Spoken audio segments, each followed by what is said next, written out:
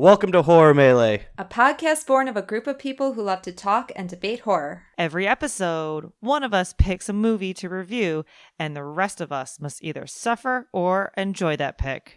Turn your brain off and enjoy.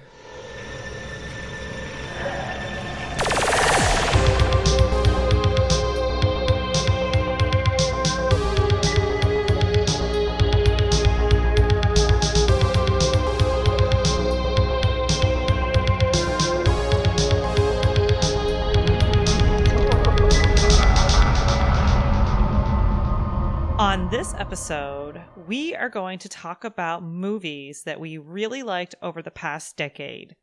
It's going to be a free-for-all. We're going to talk about a variety of movies. I wanted to do an episode like this because there are some new movies that have come out that have been absolutely awesome. I've really liked them, and I think there's a new direction in horror, or I don't want to say maybe new direction, but I've seen new perspectives in horror that I would just love to talk about and rap about with Holly and Patrick. So as always, we have Holly. Hello. And Patrick. Hey. And of course me, Steph. One movie that recently came out is Midsommar. And I know that I'm sure everybody has had conversations about it, and there have been YouTube explanations and everyone's opinions. This being Ari Aster's second horror movie after his debut, Hereditary, I thought it'd be cool for us to quickly rap about it. I loved Midsommar. I really liked Hereditary, and I am so into what Ari Aster has produced thus far. I know that Midsommar is his last horror movie, potentially. Like, Hereditary and Midsommar are his only horror movies that he planned to do. But I really liked it. I thought it was a totally refreshing concept. The idea of making it so bright and floral, and his characters aren't the typical horror movie characters. You know, there's no stereotypes. He does use lots of common themes, and even like as a, like, you know, from a female perspective, like I'm not offended when I watch his movies. Like he doesn't do things like out of taste, you know, like like nobody's objectified or Yeah. anything. Yeah. These are just, I feel like I'm very much taking a glimpse into somebody's life because his characters just seem so very real. Like these are people that I talk to every day in my life. Mm-hmm. Yeah. One thing that I really loved about Midsommar is he had a comedic character, but it didn't break the tension. It didn't take away from the movie. It was one of those things where every time it was like a nervous laugh. You're like, okay, yeah, you know, yes, this person is literally saying things that are going on in my head.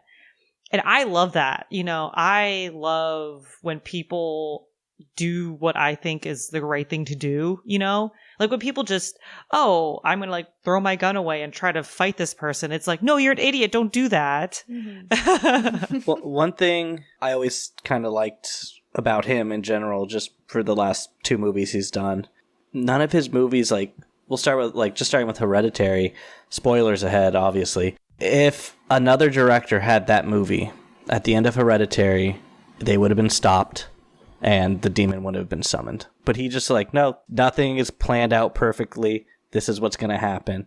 And same with Midsommar. It's, you know, there kind of is a happy ending in Midsommar because I felt happy for her. But it's just like this real life thing. Like, you're not always going to win, defeat this evil or anything like that. Yeah, I love movies that do that, where you just have this bleak, I mean, more so in Hereditary, where it just seems so down and bleak. Mm-hmm. And yeah, in Hereditary, it was still a downer of an ending, but it was like, oh God, like she found her place. Like, I feel happy for her, but it was still like, you know, like nobody's really winning in this situation.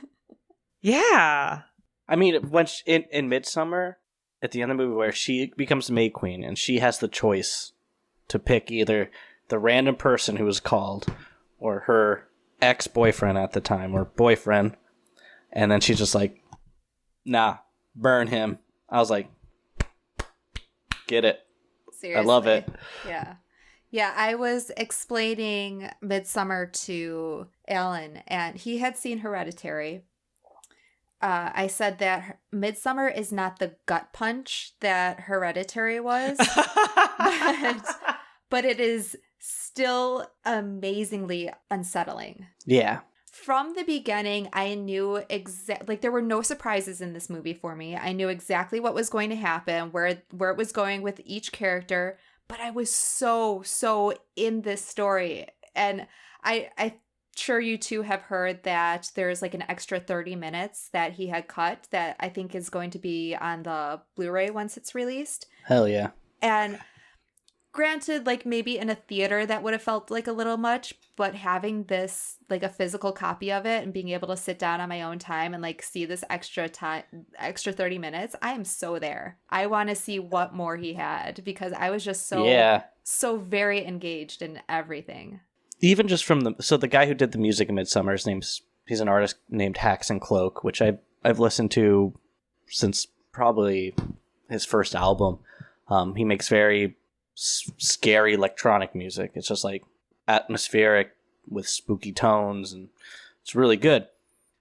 But then he has him do Midsummer, and it's not his normal style of like this spooky electronic music. It's kind of uplifting and kind of peaceful. I mean, it's droney and there's some spooky aspects to it, but it's very just like calming and unsettling at the same time. Yeah, I had described it as very equally visually and orally, not with your mouth, with your ears.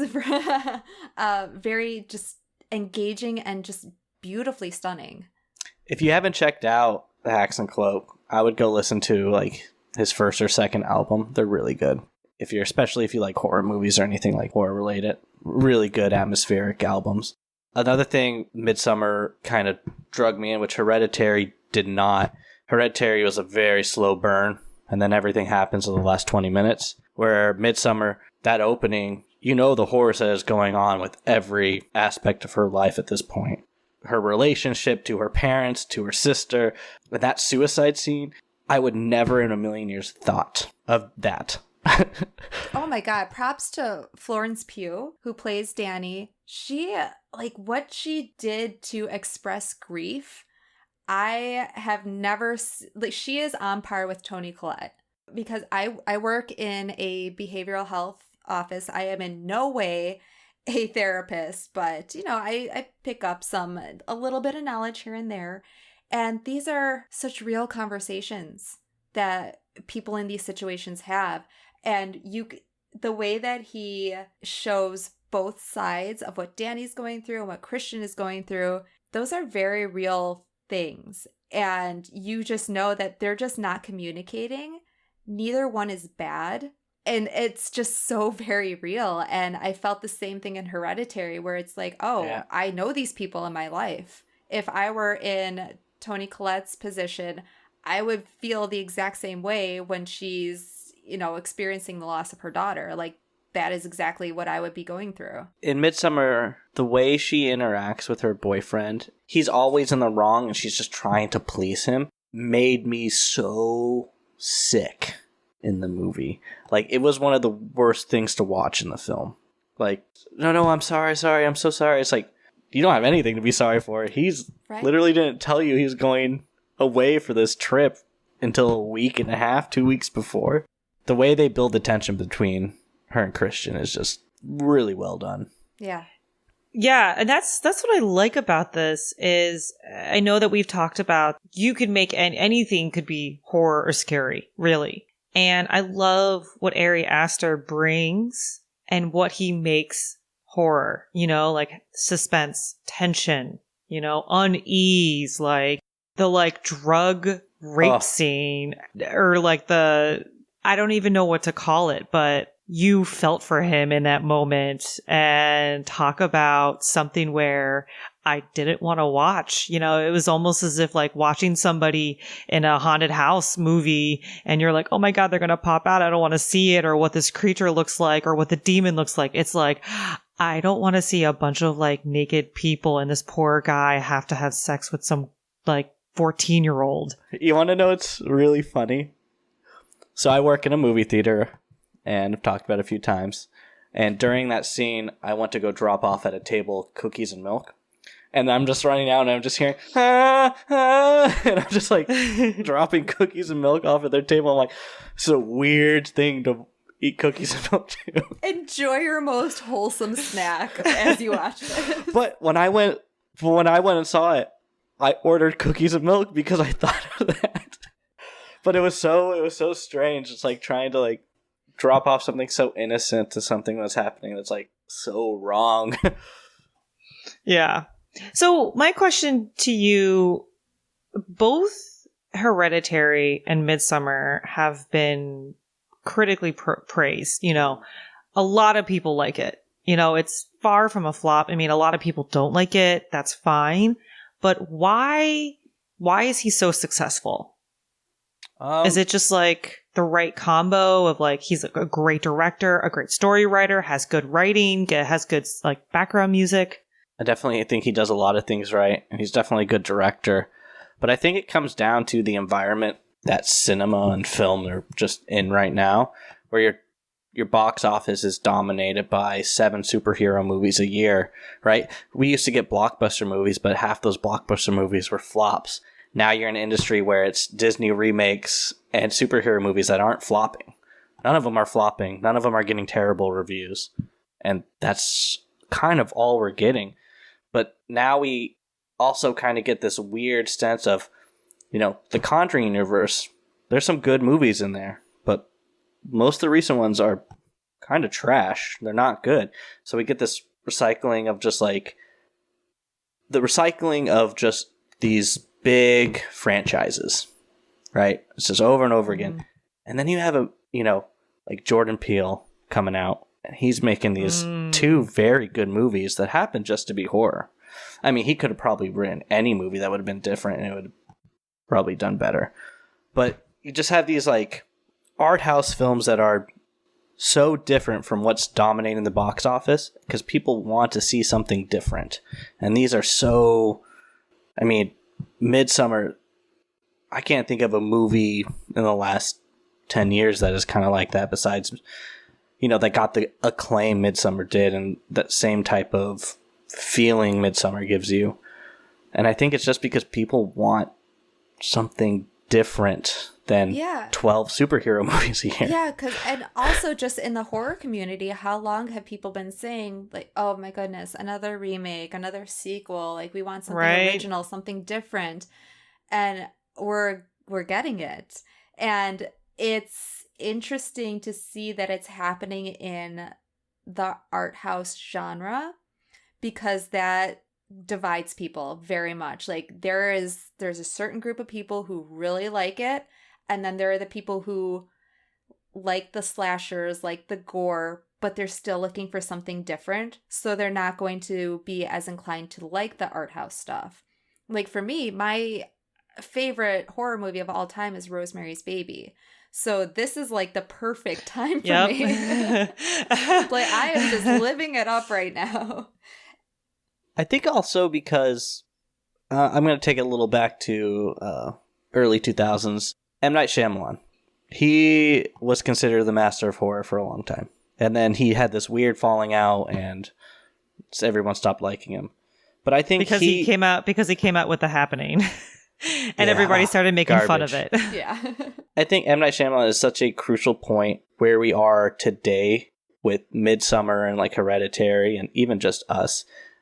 M. Night Shyamalan took a movie, let's just say The Sixth Sense, right? The Sixth Sense at its base core is a horror movie, but to the audience, it's a drama thriller. So he's kind of taken this thing that is not, you know, when a lot of people are like, oh, I don't like horror. Well, now you're kind of taking all these other genres and you're mixing it into one. I mean, Midsommar, realistically, at its base, yes, it's a horror movie, but it's kind of just a fantasy drama. Hereditary, kind of the same thing. Us, kind of like a sci-fi almost. A drama, sci-fi, horror. So you have all these movies that are like kind of like at the root are a horror film, but now they're spreading and to such a broader audience that it's bringing more people in. It just so happens that a lot of the art house stuff is kind of big right now. A24, all those. So kind of mixing with that is a smart move. Say like Midsummer was produced by, I don't know, Disney. Would it still be considered an art house film? They would live happily ever after, and that bear would be alive. But you know what I mean? Like, just because Midsummer was thrown out, was produced and distributed by a company known for art house films, is that why? I mean, it is definitely very artsy, but does it get that reputation now for being an art house film because it was just produced by a company like that? I mean, don't get me wrong, it is artsy, and even if it was, I feel like it'd still be an art house film, but I feel that kind of amplifies it.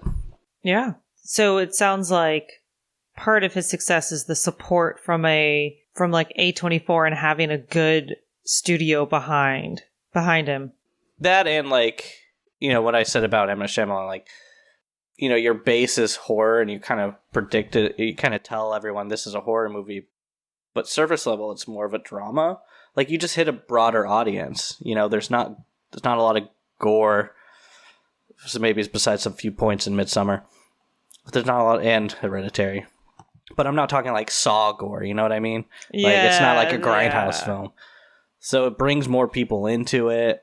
Yeah, I'm okay. I don't really remember the audience that I had for Midsummer, but for Hereditary, it was a lot of older people were in I mean, it might be because of the time of day that we saw it, but I think also the names that he had in there, like Toni Collette, Gabriel Byrne, those are going to bring some older people who are more familiar with what they've done previously.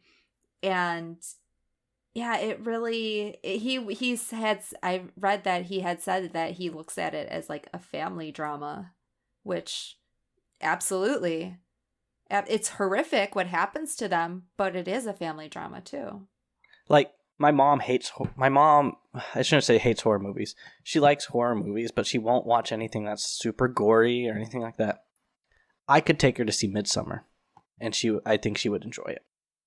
Wow. Just because it is a drama, you're feeling for this girl, you're following her journey and seeing her finally overcome and succeed into something. Yeah. She finds a family. Like I said before, these characters are very real, which makes them relatable to a much broader audience. Yeah. Yeah, the relatability factor is very high, and it's not just like, I mean, don't get me wrong, I love me a slasher, but I love that these topics, he's making it into a very intense, relatable drama thriller. Yeah. And don't get me wrong, Hereditary, I felt a big chunk of it could have been cut out because it was so slow. I still enjoyed it, but it was a very slow burn. Like, Midsummer was a slow burn, but it kept me interested the entire time. Because you mentioned this, I also wanted to talk about Jordan Peele as a new perspective too, and two different movies, Get Out and Us, two totally different ones. I really loved watching Us. I went there by myself. I had fun. I literally had fun. I know a lot of people didn't like it. They were confused. They liked Get Out more. I enjoyed watching Us more than watching Get Out. I love what Jordan Peele's doing. I love his perspective. I'm like, yes, let's get some more diversity in film. And I love going in to one of his movies with zero expectations, but knowing that he's going to do a good job, in my opinion. I see, Patrick, that you have a list and you have funny games. And what I wanted to comment is I don't usually like break-in, kidnapping movies, because it's just okay, what's going to happen? You're going to get kidnapped and you're going to try this and they're going to toy with you and you're going to try to escape, whatever. And Us was pretty much that, very much, but I really, really liked it. I wasn't frustrated when I watched it. I wasn't like, oh my God, it was, to me, it was, again, just fun. It was very much 1980s slasher-like to me, There was comedy in it, but it didn't dilute the the scariness or the like, oh, what's happening? Yeah, you're right. Like now that you had mentioned that, in my head, I'm comparing them, and Funny Games is it's heavy because it's so serious, minus the one time with the remote, which, yeah, exactly.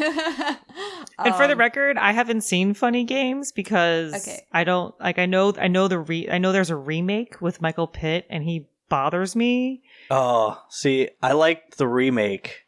Ugh. It's the same director who made the original, who made the remake, and it's like shot for shot. So what's the point? But anyway, yeah, like thinking about it now, like, yeah, in Us there was that humor that breaks the tension, but it didn't feel forced. It feels like these are the kind of humorous moments where I could see me or my friends like making, just because we're very uncomfortable and we're, trying to like even build yourself up, like, hey, like, let's decrease the anxiety and the horror that's going on within yourself and make some kind of joke or something, and it's very relatable. So I liked Us. I did enjoy it quite a bit. There's just some big issues with the writing that I didn't like, but overall, I would say I enjoyed the movie and we'll watch it again.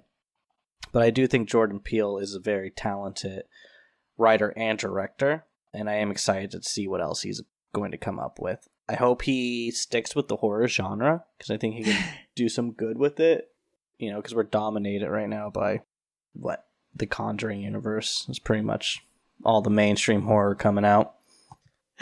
I will say that I saw Annabelle Comes Home and I had zero expectations for it, and I was like, all right, this is actually pretty decent, like I saw The Nun, and that was atrocious. Like, that was it was awful. so bad. So awful. And I was so pissed off because that was the movie that I was like, all right, I'm going to have a baby very soon. I just want like one night to relax. I'm going to go see a movie. I went to go see The Nun. I was like, whatever. This was a waste of my time. God, what a terrible movie. And that character, like, was so fucking scary. They literally took all the scariness away from it. I mean, they could have done so much with that character and just, I don't know what happened, but it was so bad. Money. They thought they can make more money. Ugh. That's what happened. Well, this is why I think about, like, why are, Jordan Peele and Ari Aster so successful with movies that they're doing, and other movies are just totally terrible. Like, is it the director? Is it the writing? Is it the studio? It's creative control. Someone like Jordan Peele is going to get full creative control. Ari Aster is going to get full creative control. I can see them, I don't know them. I don't really know them. Like, I haven't read a lot of interviews with them or anything, but it just seems like they're doing what they're doing because they love it. Mm-hmm. And they're not looking for that paycheck. They're not saying, how can I make this so we can expand upon it and I can get a bigger paycheck later on? They have an idea, and they're artists. They are true artists. And that's a good point you put. They're true artists, because you run into this thing in Hollywood, and I've written 2 feature-length scripts, and I write with someone else. And sometimes he always thinks like, well, what's the audience going to think about this? And I'm like, who cares what the audience is going to think? What's the story we're trying to tell? And then he goes, oh, yeah. And then he goes back into the story. But that mindset of writers and directors, what's the audience going to think? I feel that one little phrase takes away from what you could produce and what you can like come up with yourself. It limits yourself on what you're trying to accomplish, what you're trying to convey. And I don't think Ari Aster or Jordan Peele ever say that. They're like, I like this. Yeah, you're not going to please everybody. Mm-hmm. So if you put your whole heart into what you want to do, what your vision is, it's going to reach the people that it's meant to reach. Because if you try and water it down for everybody, it's going to be subpar. It's who's going to care? Exactly. It's just going to blend in with all the other nonsense and bullshit that's coming out. Yeah, that makes sense. That makes a lot of sense. I mean, living authentically. Yeah. Producing That's a good way to put authentically. Yeah. It reminds me of an Oscar Wilde quote that is, every effect that one produces gives one an enemy. To be popular, one must be a mediocrity. Maybe that's why I resonate with their movies, Jordan Peele and Ari Aster, because they produce movies that are authentic to them versus a general horror movie that's just trying to make a buck. I think also one thing about them, and this goes back to what you were saying, Holly, about them just being true artists, is like, oh, I've had fun with horror. What's my next thing? You know, maybe I'll go do a drama. Ari Aster said he wants to go do a musical. That's amazing. Midsummer the musical. I know, right? That would be a great musical. You know, when I've taken like a horror class and like film classes in college here and there, like nothing serious, just like kind of one-off classes. And you do your usual, like, in this decade you see this theme going on, in this decade you see this going on. I wonder if it's kind of hard to see in the present moment, but I wonder if maybe 10, 20 years from now, people will look back at like this time period and be like, oh, you know, people were really kind of gravitating toward the art house theme because it's that authenticity. And I feel like that's kind of what people are craving now. Like, you know, there's so much like, you don't know what's real, like fake news, blah, blah, blah, all that stuff. You just want something very authentic. You want to trust in authenticity. And maybe that's why these are becoming so popular. I want to say also people want better writing. They're, you know, we're not in a day and age where sure so many people are educated now. Like, people want better writing, but at the same time, like, movies like The Curse of La Llorona comes out, and I'm like, well, maybe they don't. Maybe they don't want this. Did you guys ever see that movie? I haven't seen it. Yeah, I watched it. Trash. I mean, I will eventually, but yeah, no, it's up there with okay. Like, oh my god, I have to go see it. Her scream, I love her as an actress. Her horror scream is the worst thing my ears have ever heard. Yeah, I like Linda Cardellini a lot. Yeah. And I was like, oh, she's in it. But yeah, no, her screaming was not good. That's what it sounds like. Yeah, there's so many bad movies to kind of like wade through until you're like, oh, finally a good one. So going back to M. Night Shyamalan, because both of y'all have Split on your lists. Mm-hmm. Best movie of 2016. I loved Split so much, and you know, once again, I think M. Night Shyamalan was a trendsetter of what Jordan Peele and Ari Aster are doing right now. Here's a movie with you will call horror, but in reality, it's a drama thriller or drama family movie, such as Midsommar. The base is horror, but in the end, there's like so many different aspects to it. It's not just about the blood and the gore. There's like a really great story with great actors, and the atmosphere is there, the mood's there. I loved Split so much. Yeah, like it's like the horror doesn't come from what you're seeing visually. It's a combination of what the director, what the cinematographer, the actors, what they come together as a combination to make you feel. It's not about what can we do for shock value. Yeah. M. Night Shyamalan's career is so sad to me because, you know, like I was saying before, he was considered the next master of horror. And then, you know, The Happening came out. But great directors are going to make bad films. Martin Scorsese has some god-awful fucking films. And then he has films that will go down for the next 100 years. So I do think M. Night Shyamalan is a great director. Split shows that. God, that movie. I remember when I watched that movie, I was flying back from Chicago. And I watched it on the flight. I landed, got home, and watched it again. Because I loved it so much.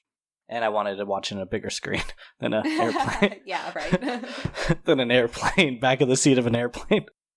But yeah, Split. I think that goes up there with, I mean, way different tones than Hereditary and Midsummer and Us, but I still think it follows that trend of this is a movie about someone's experience and it just so happens to be a horror movie. Right, yeah, exactly. Holly, what are your thoughts on Split? I totally echo what Patrick had said. It's I was just totally engaged throughout the whole thing. Like, there is not, you know, it's so easy to be distracted by something, and if you're not like really jiving with what's going on, you know, you could just whip out your phone and, you know, like check Facebook for a second, check Instagram, do whatever, and you don't feel like you missed anything.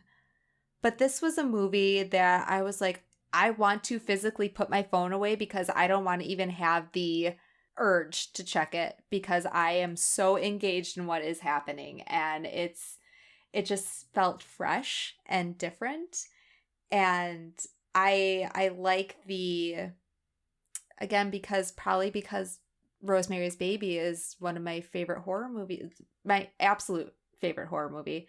I don't mind having long periods like where it's just exposition and dialogue and developing these characters. I don't get me wrong, I love blood and gore and I will watch those any day, but these are the movies that like really, really captivate me. I need to watch it again because when I watched it, I fell asleep towards the end. It's I okay. hate when that happens. I know. It's okay. I know.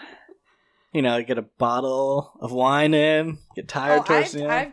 There have been times where I've tried to watch a movie 3 times, and it's like, I want to watch this, but I have fallen asleep every time. Yeah. I will just say for the record that James McAvoy is a phenomenal actor, and I think he's just super great. But you also have Anya Taylor-Joy, who I think is such a great actress. Her acting in The Witch. Oh, yeah. That's on my list, too. Wow. Yeah. I know. I'm not going to just go through Patrick's list, but I had to. Brought up The Witch. I know. Well, she's been in that, you know, The Witch, Split, and that movie Morgan. I didn't watch it because it was like that other robot movie that was super, super good. Don't watch it. It's not. Yeah, worth it. Morgan looks dumb. What is it? It Ex Machina? dumb. Yeah. Ex Machina. That is a phenomenal movie. Yeah. And it reminded me of that because that's kind of like a drama horror movie. And I thought that was super awesome and really creative. Yeah, and the main guy in it. Oscar Isaac. Oscar Isaac, yeah. Yes. Yeah, he was so good in that. I mean, he's good in pretty much anything he does. He's just a really good actor. I really liked that one. That came out in 2014. 2014 had a lot of good movies come out. Yeah. Well, I think we're getting better movies now. I think we're kind of dying off from the 2000s weirdness, early 2000s weirdness, and getting into 2010. I know we're falling into we're in 2019 right now, but it's always towards the end of, was it the century or not the century, the decade, the end of the decade where the movies kind of start finding themselves. You see it in the 90s going to the 2000s, you see it in the 80s going to the 90s. So really interested to see what the 2020s are going to be like. What will change midway through. And my question is Patrick, and you guys are saying you have some really good movies coming out, there's a new wave or why do you think that is? I think it's because, think about this. In the early 2000s, you know how crazy it would be if you told someone you just sat through a 2-hour, 40-minute movie. They would be like, why would you do that? So we got into this time where it's you got to keep it under 2 hours or just a little over 2 hours. And then 2 hours is okay, 2 hours is fine. Stay under 2 hours and 30 minutes. Okay, you can hit that 2:30 mark. So you got in this weird time where people started getting okay with longer movies.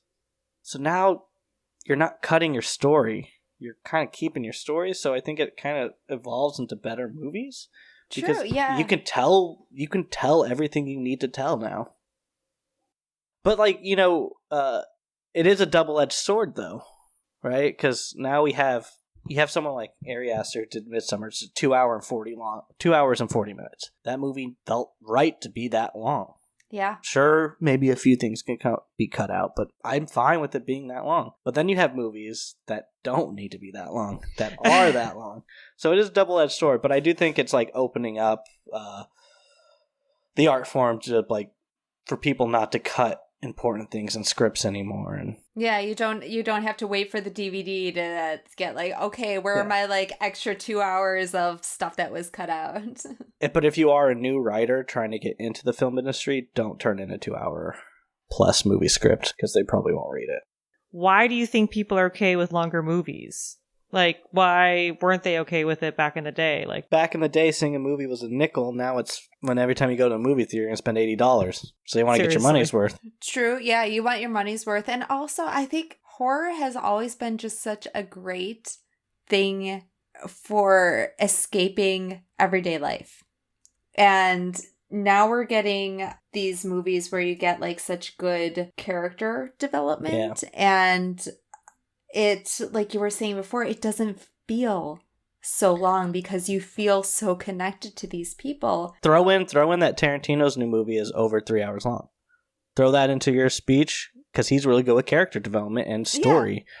Yeah. Now when I go see a movie, I always try to go to an Alamo Drafthouse because which you should. You have service at your seat. And I find a lot of theaters are doing that now. So, do you think that's part of why? Okay. Yes, I do think that. I do think that like is a big part of it. But the reason I go to Alamo is, the service is great. I'm a server there. I understand. But the thing I go to Alamo for is the movie experience. They do not want it to be ruined. You're talking, get the fuck out. You're on your phone, get the fuck out. They don't care. Like, you know how many times I've gone to an AMC or something? I'm sitting there, I'm like, this person's won't shut up. This person's got a bucket of KFC.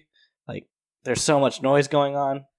When you go to Alamo, I'm just like, hey, this person's talking. Cool. Hey, you guys are talking. Get out. Like, they keep the experience there so you're immersed in the movie. Can you explain what type of environment in Alamo is like? Because I've heard of it so much, like from so many different people, and I'm just like, because there are a few theaters here that have like a service type thing, but I don't know if it's comparable or not. So I've been to many movie theaters that do service, and I work as a server at Alamo Drafthouse, which should make me like, I'm not always happy with my job, but I know even if I leave this job, I get fired from this job, whatever happens with this job, I'm a lifelong customer. Just because you get in there, they have their own little unique pre-show for the movie, which is great that they create themselves. But it's we serve tons of beers, tons of liquor, bottles of wine. That's all great. But the movie experience, that's what their main focus in. That's what they tell the servers is like, get them their food, don't interrupt them, keep the movie experience, keep them interacting in the movie. If there's an issue, tell us and we're going to fix it. So that's like the big environment. It's just like, all right. That's what they focus on. We have some theaters that, you have the tables, you have your like a big like office chair things that you sit in and you get served, but it seems more laid back. And then you have your standard like AMC theaters, whatever. They have a bar. You can sit at the bar and then go see your movie. And there's a theater like right by my house where you can pay extra for VIP and bring your drinks with you. And then there are theaters. Cheap. Yeah, right. And then there are theaters like the one that I perform Rocky at. And there are other various theaters like that where it's, bar theater connected, and you just like it's a very easygoing bar thing. You get a drink, get some popcorn, and you go sit down, and it's still like kind of laid back. At the Alamo, whenever you want anything, you just write it down and stick it up, and then they walk by, grab it, put the order in, and bring it to you. So you're not really ever talking to a server or having to get up to leave the theater to go get another drink. It's all right there. Okay, yeah, like, because the theater that I'm thinking at where they actually like, serve food in front of you, it's like a server comes by and it's like, you kind of have to do the whole, I'm going to yell whisper so I don't disturb people while I order my food. There's pieces of paper at the table, you just write it down, stick it up. Now I feel like I'm giving my whole server spiel as like no one's been to the... Hey, welcome to Alamo, my name's Patrick. Have you been here before? Yeah. All right, cool. Let me tell you what's going on here. We're a full restaurant, draft house, bar, you know. Well, I will say that sitting through an almost 3-hour movie, being able to order a few glasses of wine, refill my popcorn from the comfort of my seat, definitely makes it totally like fine. I feel like if I had to sit there for 3 hours and bring everything with me, I'd be like, I don't know. Yeah, it's a lot. Like, you got to prep yourself. Holly. Yes.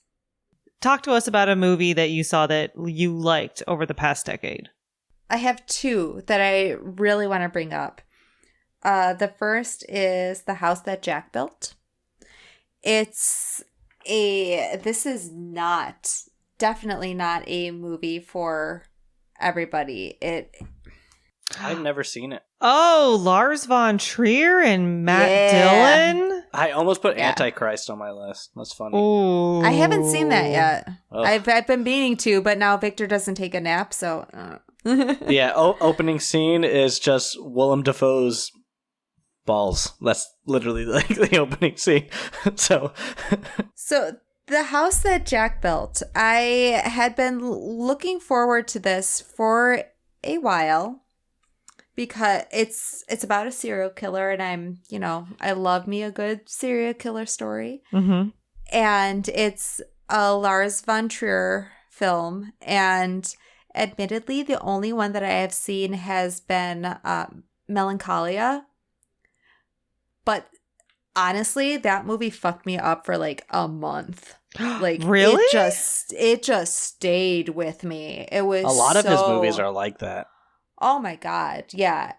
So I was really looking forward to seeing like a horror by him. I was like mentally preparing myself for it.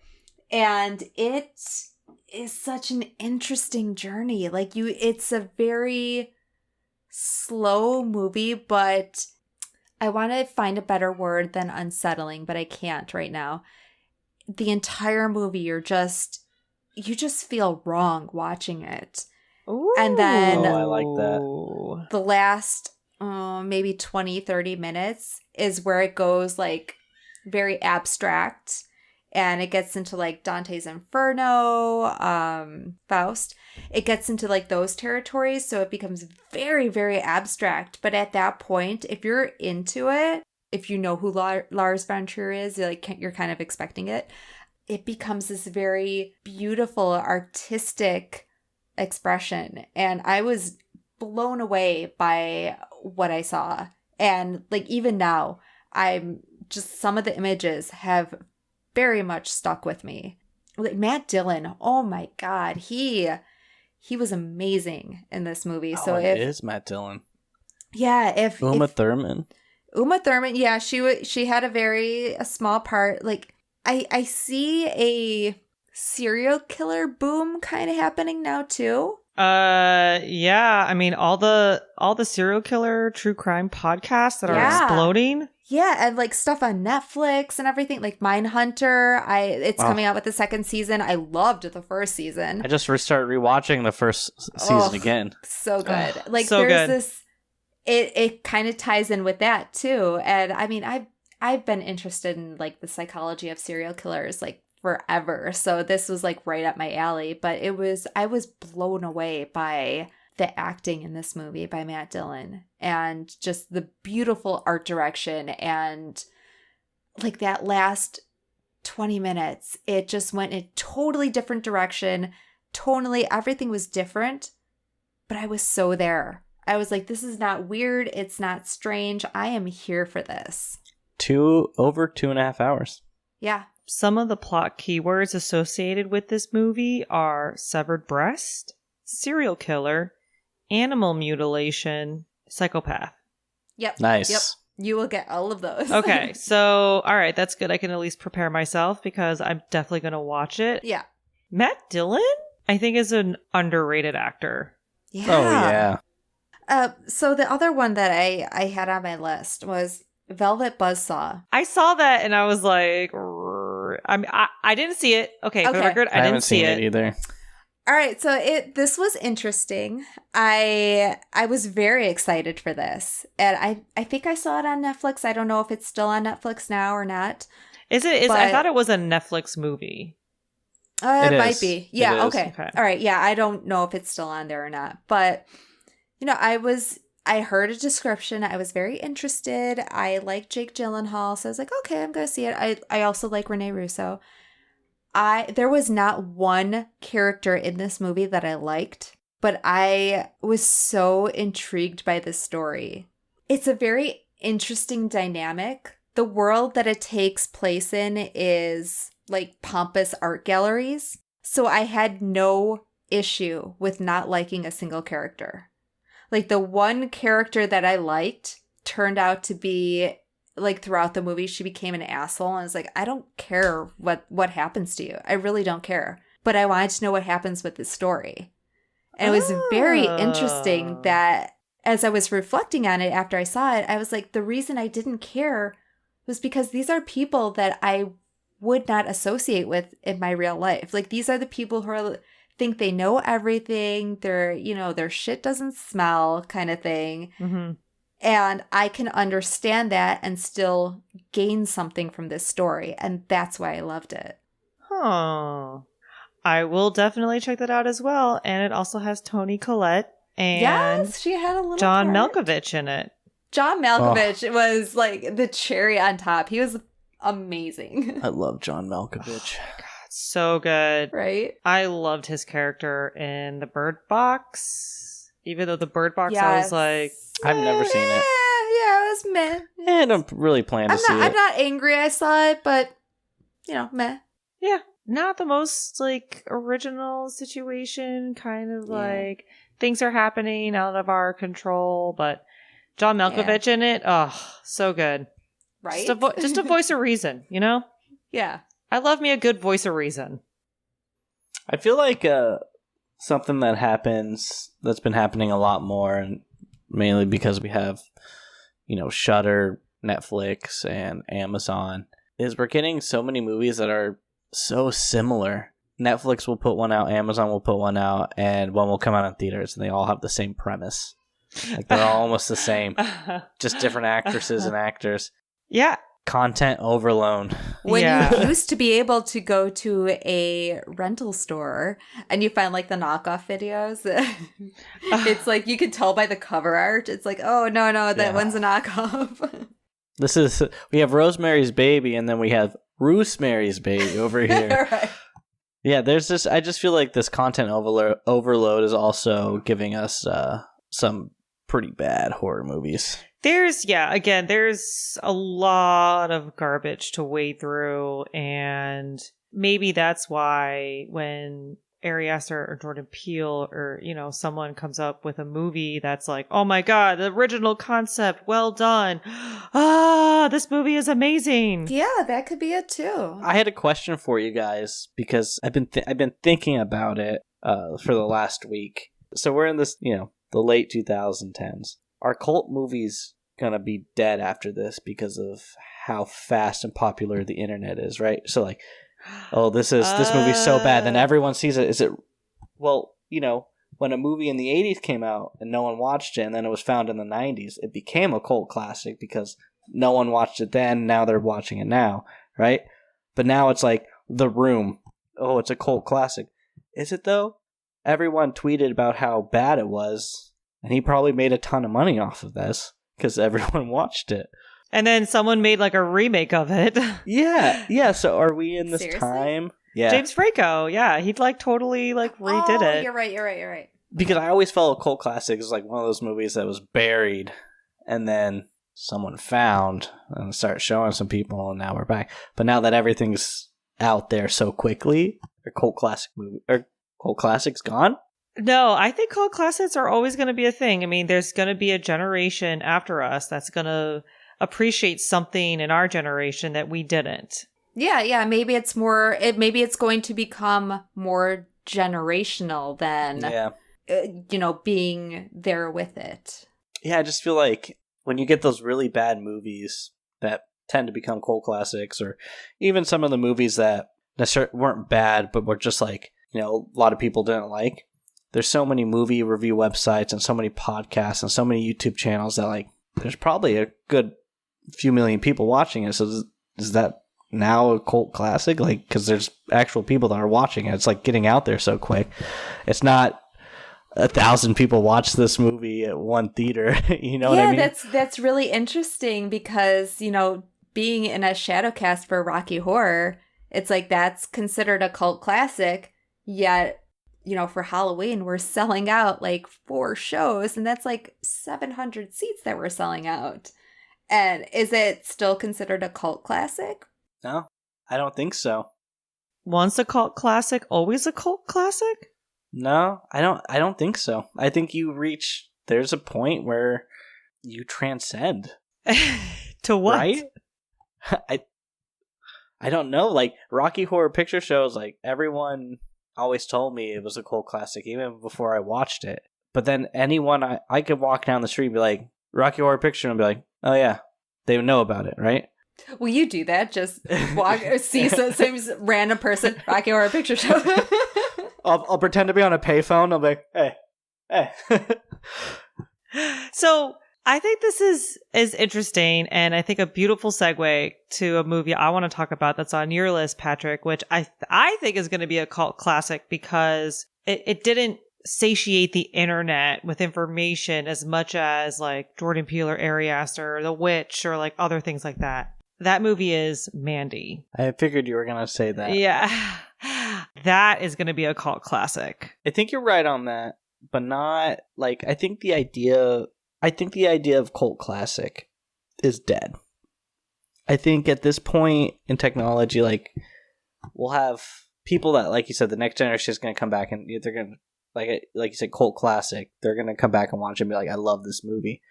But the idea of a cult classic is like a minimum people see it. A few years down the line, a bunch of people see it. I just feel like everything on the internet's so oversaturated and everything's published so much that so many people see it. Can we consider them cult classics? I agree with you on Mandy, though. It is going to be, the next generation is going to love it.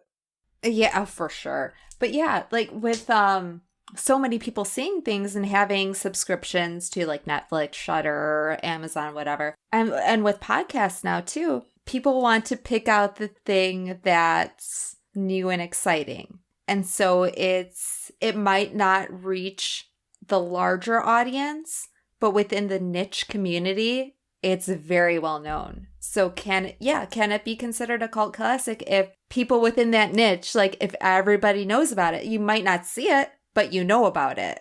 Because the niche community back in the 80s was small. Right. Because there wasn't, I'm going to email them, I'm going to tweet them, I'm going to send them a Snapchat, a text message. Right.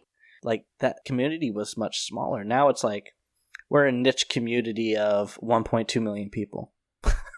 Right? Yeah, like, look at us. I'm in Chicago, you two are in, like, Austin and Dallas. That wouldn't happen, like, back then. But it's still a niche community, and there was still community amongst interests in the 80s. You didn't have, like, the internet and like Twitter and Instagram and social media to connect with people, but people still connected with each other, Yeah.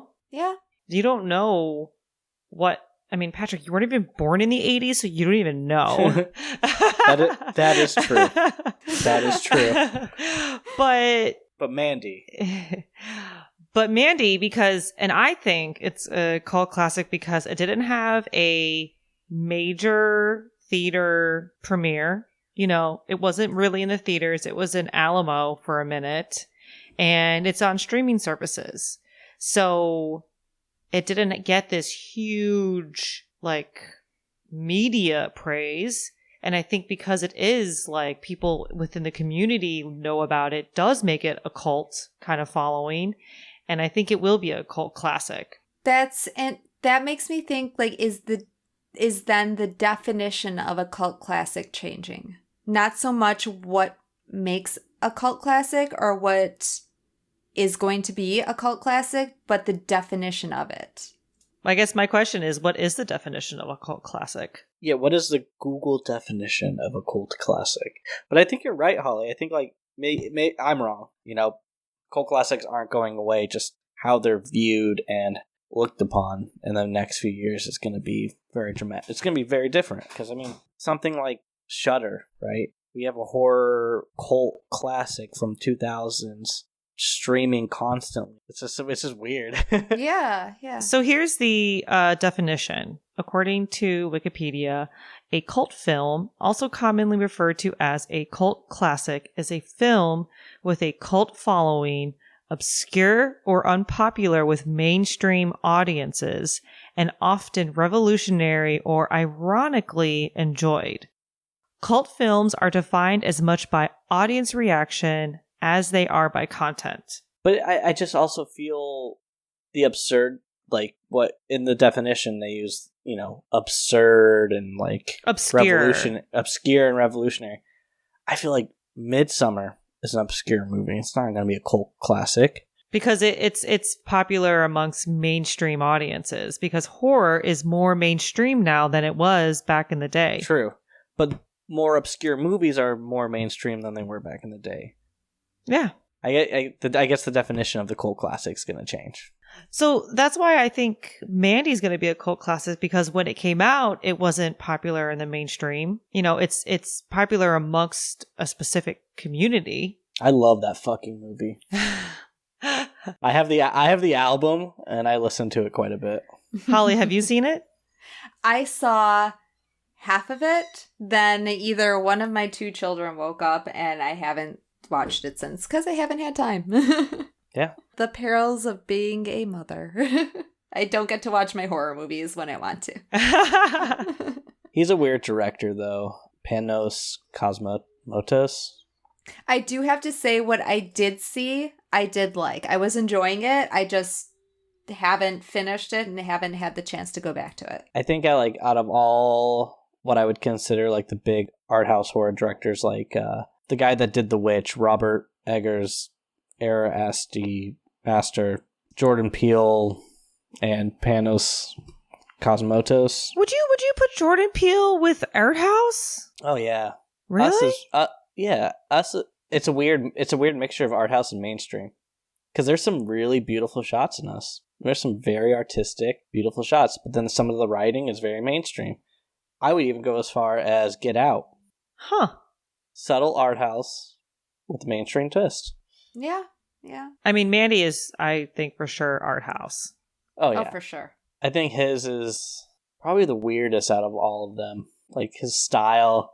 Yeah. I'm excited for the guy that did The Witch, Robert Eggers.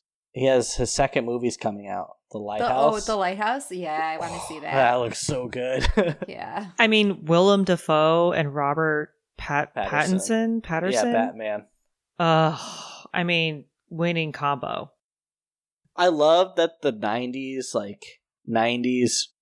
horror film craze, like, one of the big ones for blockbusters was, like, environmental horror, like Dante's Peak and Earthquake. Were you going to say Volcano? Because I watched Volcano, like, on repeat. Because Dante's Peak and Volcano are, like, the same movie with different actors. But I think 90s, I mean, that's when, like, recycling was getting big and, like, climate control and the ozone layer. Like, those were just, like, disaster movies.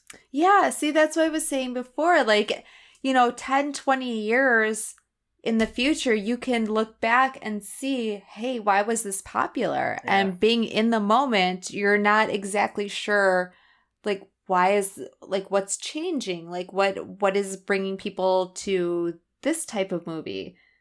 But in 10 or 20 years from now, we'll be like, oh yeah, totally. Like, this totally made sense. What drove them to the Swedish cult? Whatever could it be? So I think in today's age of self-care, self-awareness, let's everybody talk about our emotions, that we're seeing a lot more emotional character development in movies. I mean, Ari Aster, both of his were both like family drama and family grief. You know, even Mandy, like, you saw Nick Cage's moment in the bathroom, like having a Stanley total Kubrick moment, mental breakdown and screaming and searching for that bottle, and just that's what like really draws you in. And then he goes on his like revenge like path. It wasn't like, oh, this happened, well, I'm gonna go, you know, shoot him up. Like, you have that connection with the character because you're like, oh my god, I feel for this person, and the person's like, yes, get on my level. And I think that's like a common theme in like today's movies and horror movies, because I think it goes back to, since movies are getting longer, the writing is getting better and more in depth. And when you have, I'm not saying you have to have a long movie to have in depth, interesting characters. No, I've seen tons of short movies that can do it. But when the movie is it's necessary for the movie, then yeah, you're gonna have better character development. Yeah, for sure. That's it. We figured it out. The end. Yep. Give us money. No one watch any other movies. All cult classics are dead. And yeah, see you later. We're gonna post some other movies that we liked over the past decade. We'll share with you. Definitely some other hits that we didn't get to, but we don't want to turn this into a 2.5 hour extravaganza. Unfortunately, because we easily could. I mean, you know, like with the way we're going with art house movies, is that part of our character development? I only have 2 art house movies on my list. The rest are like mainstream kind of funny movies. Okay, I do have to say I have one on my list that I don't like, but it was visually beautiful, and that was Braid. Okay, so Holly, I saw that on Amazon Video, and I was like, oh, because I was looking through and I was like, oh, there's lots of horror movies here. And I saw that and I was like, oh, this is weird. But then I saw it on your list and I was like, oh, is this good? Should I watch it? So thank you for telling me that it wasn't good. Don't. It it has such a high review. Oh, no. It started off so well. I was so into it. And then all the questions that I had never got answered. And it just became like a visual, like, eye candy. And I'm not complaining about how it was shot. It was beautiful. I loved watching it, but none of my questions were answered. There were so many holes. I was like, I don't know where the story went, but visually it was amazing. Huh. I will say, y'all should watch Honeymoon. Patrick, I think you'll really like it. I've seen that. Yes. Wasn't that good? It. Yes. Really liked it. Patrick, totally watch it with Katina for sure. Yeah. Honeymoon? Yeah. Mm-hmm. Yes. Oh, I did watch this. I've seen this movie. Oh, so good. Did you like it? Where they, the aliens? Yeah, at the end. Excision was really good too. Yeah, I saw that you put that on your list and I've never seen it. And I like the poster. It was weird and graphic and just, yeah, it was just like this. I felt like I was watching this weird little movie that like nobody knew about. And I really enjoyed it. You guys should check that one out. All right. Thank you for listening to this podcast. Hit us up on Instagram, Facebook, and follow us on all the social medias. Check out our website, horrormelee.com. Let us know what you think. Let us know what movies that you've seen over the past decade that you like. Just holler at us. Yeah. Give us a call. Whoa, we don't want to get demonetized here. Thanks for listening and see you. Well, I mean, I'm not going to physically see anybody, but I don't know. I hallucinate vividly, so who knows who I'm going to see. See Patrick in his dreams And make sure to follow us. Hope you enjoyed. I like how you said in my dreams, like they're Freddy Krueger and they're just gonna like pop up in my dream. Yeah, they are. Hey, how's it going? Visit Patrick in his dreams. I'm a big fan of yours, Patrick. Why am I dressed like this?